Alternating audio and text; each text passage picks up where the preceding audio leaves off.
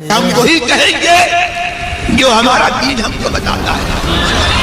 عمل کرو تو تمہارا بھلا ہے، نہیں کوئی عمل کرے تو نقصان ہمارا نہیں ہے اسی کا. اعوذ باللہ من الشیطان الرجیم. بسم اللہ الرحمن الرحیم. یا ایہا الذین آمنوا کتب علیکم الصیام کما کتب علی الذین من قبلکم لعلکم تتقون. صدق اللہ العلی العظیم وصدق رسولہ النبی الامین المتین الکریم ونحن على ذلك لمن الشاہدین والشاکرین والحمد للہ رب العالمین. رب اشرح لي صدری ويسر لي امری واحلل عقدۃ من لسانی یفقهوا قولی. ان اللہ وملائکته یصلون علی النبی یا ایہا الذین آمنوا صلوا علیہ وسلموا تسلیما. اللهم صل على سيدنا مولانا محمد معدن الجود والكرم وآله وبارك وسلم. صلاة وسلاما عليك يا رسول الله، صلاة وسلاما عليك يا حبيب الله، صلى الله تعالى عليك وبارك وسلم تسليما دائما أبدا.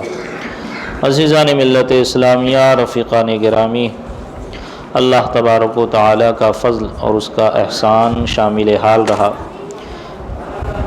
کہ اس نے پھر ہمیں رمضان جیسا عظیم المرتبت مہینہ عطا فرمایا کہ جس کی تعریف اور جس کی فضیلت اللہ نے قرآن میں بھی بیان فرمائی. شہر رمضان الذی انزل فیہ القرآن، کہ رمضان یہ وہ مہینہ ہے کہ جس میں قرآن نازل کیا گیا. اور پھر احادیث کریمہ میں بکثرت رمضان اور رمضان کے فرض روزوں کی فضیلت بیان کی گئی. انشاءاللہ پہلے عشرہ میں روزے سے متعلق تمام مسائل بیان کرنے کی کوشش کی جائے گی، آپ کے گوش گزار کرنے کی کوشش کی جائے گی. اللہ تبارک و تعالی ہمیں اپنی کوشش میں کامیابی عطا فرمائے. میں نے جس آیت کریمہ کی تلاوت کا شرف حاصل کیا، یہ دوسرے پارے کی، سورہ بقرہ کے دوسرے پارے کی آیت ہے، اور کل تراویح میں آپ نے اس کو سماعت بھی فرمایا. اور یہاں سے آیت نمبر 183 سے لے کر آگے آنے والی کئی ایک آیتیں یہ رمضان کے روزے اور ان کے مسائل سے متعلق ہیں.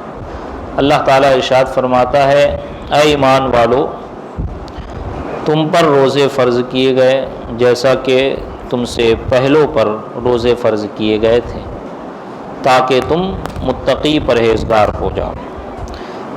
ایام معدودات فمن کان منکم مریضا او علی سفر فعدۃ من ایام اخر وعلی الذین یطیقونہ فدیۃ طعام مسکین فمن تطوع خیرا فهو خیر لہ وتصوموا خیر لکم ان کنتم تعلمون.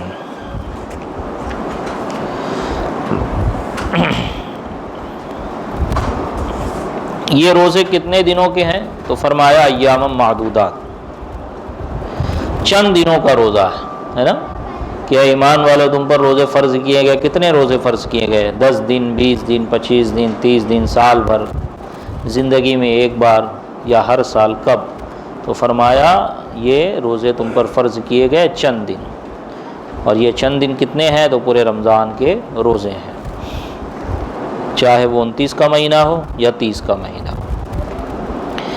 چند دنوں کا. پھر تم میں جو کوئی بیمار ہو یا سفر میں ہو اور وہ اور دنوں میں گنتی پوری کر لے. یعنی بیمار، انشاءاللہ مسائل میں اس کی تفصیل آئے گی کہ ایسا بیمار کہ جو روزہ رکھنے پر قدرت نہ رکھتا ہو، یا یہ کہ وہ روزہ رکھے گا تو غالب گمان ہے کہ اس کا مرض بڑھ جائے گا. آج کل دیکھیں، یہ ہماری محرومی ہے اور یہ ہماری بدعمالی ہے کہ ہمارے معاشرے میں ایسے لوگ بھی پائے جاتے ہیں جو ڈاکٹروں سے رپورٹ بنا لاتے ہیں اور وہ رپورٹ پیش کرتے ہیں، کہتے ہیں کہ بھائی ڈاکٹر نے مجھے روزہ رکھنے سے منع کیا ہے. سمجھے؟ حالانکہ ان کی حالت ایسی ہوتی ہے کہ وہ روزہ رکھ سکتے ہیں. تو یہ عذر آپ دنیا کو دکھا سکتے ہیں، لوگوں سے کے طانے سے بچنے کے لیے آپ یہ عذر اور اس طرح کے بہانے کر سکتے ہیں، لیکن خدا تعالیٰ تو آپ کی حالت اور آپ کی نیت سے واقف ہے نا۔ تو جو واقعی میں بیمار ہے، جس کی طاقت نہیں جس کے اندر روزہ رکھنے کی، یا یہ کہ اگر وہ روزہ رکھے گا تو مرض بڑھنے کا اس کو ظن غالب، اس کو خود کو ہو، اس کی عادت، وہ کیسے معلوم پڑے گا کہ میرا مرض بڑھ جاتا ہے؟ اس کی عادت ہو۔ فقط گھبراہٹ سے کام نہیں چلے گا کہ پہلے سے بندہ ہار جائے، نہیں، بلکہ روزہ رکھ کے دیکھ کے کوشش کرے واقعی میں اس کی ایسی حالت ہے کہ جس مرض میں وہ ہے، وہ مرض اس کو کا اتنا بڑھ جاتا ہے، جان کے خطرہ ہو جاتا ہے یا مرض بڑھ جاتا ہے، تو تب اس کو رخصت دی جاتی ہے۔ اور قرآن انہی بیماروں کے بارے میں قرآن فرما رہا ہے۔ اور سفر تو مطلق سفر، یعنی کہ جو مسافت سفر ہے 92.5 یا 93 کلومیٹر، کوئی بندہ جائے اور اس حالت میں ہو، ٹھیک ہے، سفر کے حالت میں، اور رمضان آ جائے تو اس کو روزہ چھوڑنے کی اجازت ہے کہ وہ چھوڑ سکتا ہے، لیکن یہ کہ بعد میں پھر اس کی قضا کرے گا۔ ہاں لیکن آپ دیکھیں ابھی کہ اب ایسی آسانیاں ہو گئی ہے کہ بندہ سفر کرنے میں بھی کھانے پینے کا معقول انتظام رکھتا ہے، تو سحری بھی کر سکتا ہے، وہ افطاری بھی کر سکتا ہے۔ ٹرین سے اگر سفر کر رہا ہے وہ، تو آرام سے، چاہے وہ سلیپر ہو یا 2 ٹائر ہو 3 ٹائر ہو، لیٹ کر آرام سے سوتے ہوئے جاتے ہیں لوگ، تو لہٰذا کوشش یہ کی جائے کہ اس میں بھی روزہ رکھا جائے۔ ہاں لیکن یہ رخصت سب کے لیے ہے، اگر وہ مسافر ہے تو روزہ نہیں رکھنا اس کے لیے جائز ہے۔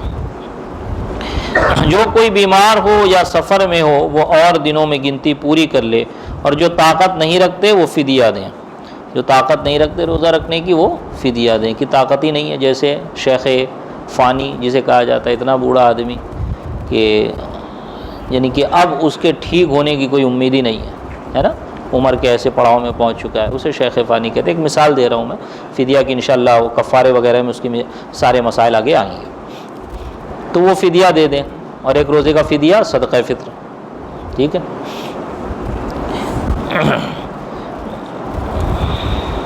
وہ کیا ہے؟ فرمایا ایک مسکین کا کھانا، پھر جو زیادہ بھلائی کرے تو یہ اس کے لیے بہتر ہے۔ ایک مسکین کے کھانے کے برابر پیسہ دے دیں، 2 ٹائم کے کھانے کے 1 دن کا، یا صدقہ فطر دے دے، علماء نے فرمایا، اور اگر اس سے زیادہ دینا چاہے تو اس کے لیے بہتر ہے، اس سے زیادہ دے دے۔ اور روزہ رکھنا تمہارے لیے بہتر ہے، یعنی کہ فدیہ دینے سے بہتر یہ ہے کہ تم روزہ رکھ لو۔ اگر تم جانتے ہو شہر رمضان الذی انزل فیہ القرآن، ماہ رمضان جس میں قرآن اتارا گیا، ہدی للناس وبینات من الہدی والفرقان فمن شہد منکم الشہر فلیصم ومن کان مریضا او علی سفر فعدۃ من ایام اخر یرید اللہ بکم اليسر ولا یرید بکم العسر ولتکملوا العدۃ ولتکبروا اللہ علی ما ہداکم ولعلکم تشکرون وَإِذَا سَأَلَكَ عِبَادِي عَنِّي فَإِنِّي قَرِيبٌ أُجِيبُ دَعْوَةَ الدَّاعِ إِذَا دَعَانِ فَلْيَسْتَجِيبُوا لِي وَلْيُؤْمِنُوا بِي لَعَلَّهُمْ يَرْشُدُونَ أُحِلَّ لَكُمْ لَيْلَةَ الصِّيَامِ الرَّفَثُ إِلَىٰ نِسَائِكُمْ هُنَّ لِبَاسٌ لَكُمْ وَأَنْتُمْ لِبَاسٌ لَهُنَّ عَلِمَ اللَّهُ أَنَّكُمْ كُنتُمْ تَخْتَانُونَ أَنفُسَكُمْ فَتَابَ عَلَيْكُمْ وَعَفَا عَنكُمْ فَالْآنَ بَاشِرُوهُنَّ وَابْتَغُوا مَا كَتَبَ اللَّهُ لَكُمْ وَكُلُوا وَاشْرَبُوا حَتَّىٰ يَتَبَيَّنَ لَكُمُ الْخَيْطُ الْأَبْيَضُ مِنَ الْخَيْطِ الْأَسْوَدِ مِنَ الْفَجْرِ ثُمَّ أَتِمُّوا الصِّيَامَ إِلَى اللَّيْلِ ولا تباشروهن وانتم عاکفون فی المساجد تلک حدود اللہ فلا تقربوها کذالک یبین اللہ آیاتہ للناس لعلہم یتقون۔ شہر رمضان کے ماہ رمضان جس میں قرآن اتارا گیا، کس لیے؟ ہدی للناس وبینات من الہدی والفرقان، لوگوں کی ہدایت کو اور ہدایت اور حق و باطل میں جدائی بیان کرنے کے لیے۔ تو تم میں جو کوئی یہ مہینہ پائے اس کا روزہ رکھے۔ فمن شہیدہ منکم الشہر فلیصم، جو کوئی تم میں کا یہ مہینہ پائے اس میں کیا کرے؟ روزہ رکھے۔ تو رمضان یہ روزے کا مہینہ ہے، زکوٰۃ کا مہینہ نہیں ہے نا۔ میں نے بارہا یہ بات سمجھائی آپ لوگوں کو، اور ہمیشہ سمجھاتے رہوں گا، عالم کا کام یہی ہوتا ہے کہ یہ رمضان روزوں کا مہینہ ہے، زکوٰۃ کا نہیں ہے۔ زکوٰۃ کا اس میں یہ ہے کہ بھائی ایک نیکی کا ثواب اللہ تبارک و تعالیٰ اپنے فضل سے 70 کے برابر دیتا ہے۔ واللہ یضاعف لمن یشاء، اور اللہ جسے چاہتا ہے اس سے بھی زیادہ عطا فرماتا ہے، اس لیے لوگ اس میں زکوٰۃ نکالتے ہیں۔ ورنہ یاد رکھیں کہ اگر رمضان سے پہلے شعبان، رجب یا جمادی الاخری یا کبھی بھی آپ کا سال پورا ہو جا رہا ہے، ہولان ہول آپ کے مال پہ گزر جا رہا ہے، تو اب فی الفور آپ کو زکوٰۃ نکالنا واجب ہے۔ انشاءاللہ دوسرے عشرے میں اس کے مسائل بالتفصیل آئیں گے۔ یہاں کہنے کا مقصد یہ ہے فمن شہیدہ منکم الشہر فلیصم، تو جو یہ مہینہ پائے وہ روزہ رکھے، اور جو بیمار یا سفر میں ہو وہ دوسرے دنوں میں گنتی پوری کر لے۔ اللہ عز و جل تمہارے ساتھ آسانی کا ارادہ کرتا ہے، سختی کا ارادہ نہیں کرتا۔ یرید اللہ بکم اليسر ولا یرید بکم العسر، اللہ تعالیٰ تمہارے ساتھ آسانی کا ارادہ کرتا ہے، سختی کا ارادہ نہیں فرماتا۔ اور تمہیں چاہیے کہ گنتی پوری کرو اور اللہ عز و جل کی بڑائی بولو، وَلِتُكْمِلُوا الْعِدَّةَ وَلِتُكَبِّرُوا اللَّهَ، یعنی جب گنتی پوری ہو جائے، 29 کا شوال ہو جائے، 30 کا چاند ہو جائے، تو اب گنتی پوری ہو گئی، اب اللہ کی بڑائی بیان کرو اور عید مناؤ، ہے نا۔ گنتی پوری ہو گئی، اب بڑائی مناؤ، اللہ کی بڑائی اور اس کی کبریائی بیان کرو۔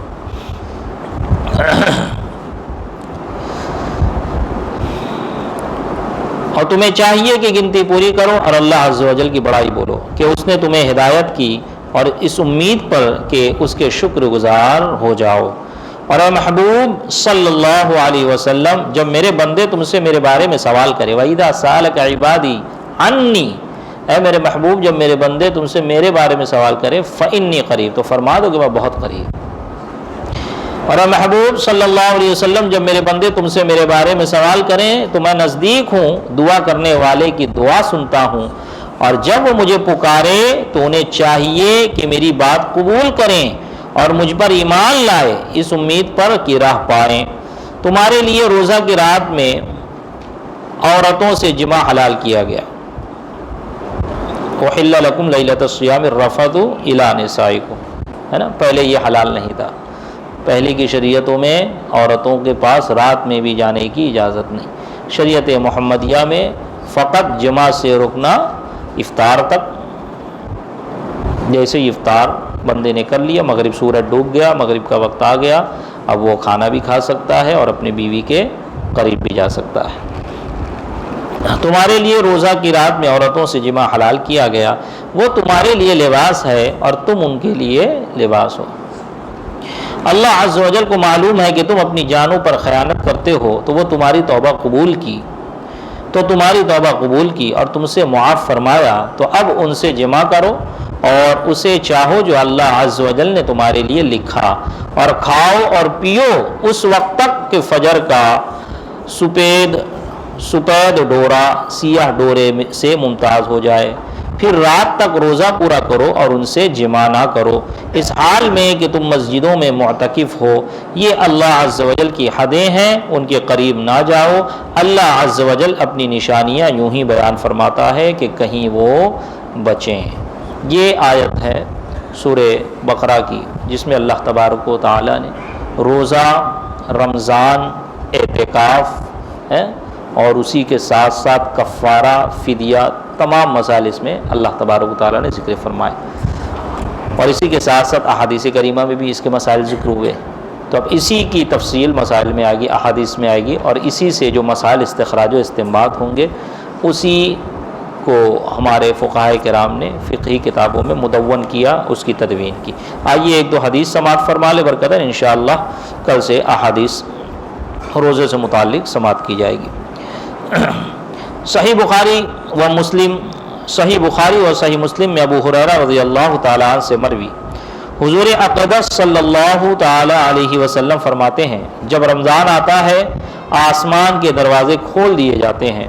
ایک روایت میں ہے کہ جنت کے دروازے کھول دیے جاتے ہیں، اور ایک روایت میں ہے کہ رحمت کے دروازے کھول دیے جاتے ہیں، اور جہنم کے دروازے بند کر دیے جاتے ہیں، اور شیاطین زنجیروں میں جکڑ دیے جاتے ہیں۔ اور امام احمد و ترمذی و ابن ماجہ کی روایت میں ہے، جب ماہ رمضان کی پہلی رات ہوتی ہے تو شیاطین اور سرکش جن قید کر لیے جاتے ہیں اور جہنم کے دروازے بند کر دیے جاتے ہیں، تو ان میں سے کوئی دروازہ کھولا نہیں جاتا، اور جنت کے دروازے کھول دیے جاتے ہیں تو ان میں سے کوئی دروازہ بند نہیں کیا جاتا، اور منادی پکارتا ہے، ندا دینے والا ندا دیتا ہے، اے خیر کے طلب کرنے والے متوجہ ہو، اور اے شر کے چاہنے والے باز رہ، اور کچھ لوگ جہنم سے آزاد ہوتے ہیں، اور یہ ہر رات میں ہوتا ہے۔ یہ رمضان کی فضیلت کہ جنت کے دروازے کھول دیے گئے تو اب آخر رمضان تک کھلے رہیں گے، جہنم کے دروازے بند کر دیے گئے تو اب آخر رمضان تک بند رہیں گے۔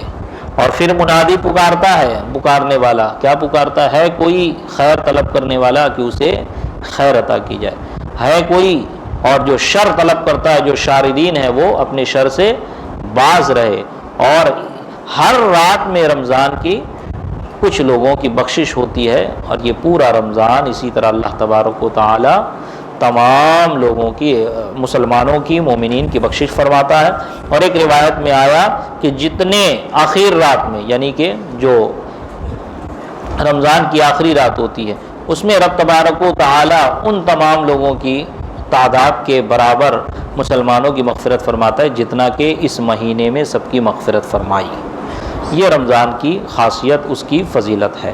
اور دیکھیں کہ یہ رمضان ہمیں کیا بتا رہا ہے کہ شیاطین بھی قید کر لیے گئے۔ اب نفس سے مقابلہ کرنا ہے، نفس سے مقابلہ کرنے کا سب سے آسان طریقہ روزہ رکھنا، روزہ رکھ کر اپنے نفس کو کنٹرول کرنا کہ بندہ بیوی کے قریب بھی نہیں جا رہا ہے، خواہشات نفسانیہ سے بھی بچا ہوا ہے، کھانا پینا بھی نہیں کھا رہا ہے، عبادت میں لگ گیا ہے، قرآن کی تلاوت کر رہا ہے۔ تو یہ سب چیزیں اس لیے کہ بندہ گناہ پر قادر نہ ہو، یعنی گناہ نہ کرے، ہے نا، وہ گناہ نہ کرے، اس کو گناہ سے بچانے کے لیے۔ اور جنت کے دروازے کھول دیے گئے اس لیے کہ یہ جنت کے دروازے کھلے ہیں اس لیے تاکہ نیک عمل کر کے تم جنت کے مستحق بنو۔ جہنم کے دروازے بند کر دیے گئے ہیں کہ جو گناہ گار ہوتا ہے، جو گناہ کرتا ہے، جو گناہ گار ہوگا تو اس کو جہنم میں ڈالا جائے گا۔ جب جہنم کے دروازے ہم نے بند کر دیے ہیں تو لہٰذا اے مسلمانوں اب خود کو بھی جہنم سے بچاؤ۔ یہ نہیں کہ جہنم کے دروازے بند ہیں لیکن کام وہی جہنمیوں والا کر رہے ہو۔ تو لہٰذا یہ رمضان ہم سے بہت کچھ کہتا ہے۔ رمضان جاگنے کا مہینہ نہیں ہے فقط، نہ رمضان کھانے کا مہینہ ہے، رمضان صحت بنانے کا مہینہ ہے۔ اور صحت کیسے بنتی ہے؟ پیٹ بھر کھا کے نہیں، بلکہ اپنے کھانے پہ کنٹرول کر کے۔ جو آج بڑے بڑے موٹیویشنل اور بڑے بڑے جو ڈاکٹرز ہوتے ہیں جو صحت درست رکھنے کا کیا کرتے ہیں، وہ ڈائٹنگ کا طریقہ بتاتے ہیں، وہ سب کی مسلمانوں کو ضرورت ہی نہیں ہے۔ نبی پاک نے ایسا جو ہے نظام عطا فرما دیا ہے، ایسا طریقہ عطا فرما دیا ہے کھانے پینے کا کہ اگر بندہ اس کے مطابق کھائے پیے تو وہ تندرست بھی رہے، اس کو طاقت بھی رہے، اس کے بدن میں پھرتی بھی رہے، چستی بھی رہے۔ یہ ذہن سے نکال دیجئے کہ زیادہ کھانے سے بدن میں پھرتی آتی ہے، زیادہ کھانے سے بدن میں سستی آتی ہے، سمجھے؟ اور کم کھانے سے آدھا پیٹ کھایا جائے۔ نبی پاک نے فرمایا پیٹ کے 3 حصے کرو، ایک حصہ کھانے کے لیے، ایک حصہ پانی کے لیے، ایک حصہ سانس کے لیے، ہوا کے لیے۔ تو لہٰذا مسلمانوں اس پر عمل کرنا سب سے آسان طریقہ ہمارے لیے رمضان ہے۔ لیکن ہمارا معاملہ یہ ہے کہ فجر سے ظہر تک، فجر سے مغرب تک جو کچھ ہم نے نہیں کھایا ہے اور جتنی بھوک ہے، ہم چاہتے ہیں کہ اذان کے بعد پورے 5 منٹ میں ساری بھوک دور ہو جائے۔ اور کون سی وہ چیز ہے جس کا ذائقہ ہماری زبان نہیں چکھتی ہے؟ تو لہٰذا ایک مہینہ آپ اس طرح بھی گزار کے دیکھیں۔ کیوں؟ کیونکہ جب جسم لاغر ہوگا، میں نے جمعہ میں کہا نا، جسم لاغر ہوگا تو روح مضبوط ہوگی، اور یہ روح جب مضبوط ہوگی تو تب تم عبادت کی طرف راغب ہوگے۔ اگر عبادت کر رہے ہو تو اب تمہارے پیشانیوں میں تڑپ پیدا ہوگی، اب عبادتوں میں لذت ملے گی، اور جب روحانیت آئے گی تو اللہ سے کنیکشن مزید استوار ہوگا۔ اللہ تبارک و تعالیٰ کی بارگاہ میں دعا ہے مولا کریم ہم سب کو رمضان کا احترام کرنے کی توفیق رفیق عطا فرمائے، رمضان کے تقاضوں کو پورا کرنے کی توفیق عطا فرمائے۔ مولا کریم ہم سب کو صحیح طور پر روزہ رکھنے کی توفیق رفیق عطا فرمائے، 5 وقتہ نمازوں کی پابندی کی توفیق عطا فرمائے۔ مولا کریم ہم سب کو ہر فرض کو، ہر واجب کو، ہر سنت کو اس کے وقت اور اس کے موقع پر ادا کرنے کی توفیق رفیق عطا فرمائے۔ مولا کریم ہماری اس درس کی محفل کو اپنی بارگاہ میں قبولیت کا درجہ عطا فرمائے۔ مولا کریم ہماری اس درس کی محفل کو ہم سب کے لیے کل بروز قیامت ذریعہ نجات بنائے۔ مولا کریم یہاں پر جو کچھ درس ہوا اس میں کسی قسم کی کوئی خامی، کوئی غلطی، قصداً و سہواً کچھ غلط بیانی ہو گئی ہو تو اسے اپنے فضل سے معاف فرمائے۔ استغفر اللہ استغفر اللہ استغفر اللہ استغفر اللہ ربی من کل ذنب واتوب الیہ۔ وصلی اللہ تعالی علی خیر خلق و نور عرش سیدنا محمد وعلی آلہ واصحابہ واہل بیت واحباب اجمعین برحمتک یا ارحم الراحمین.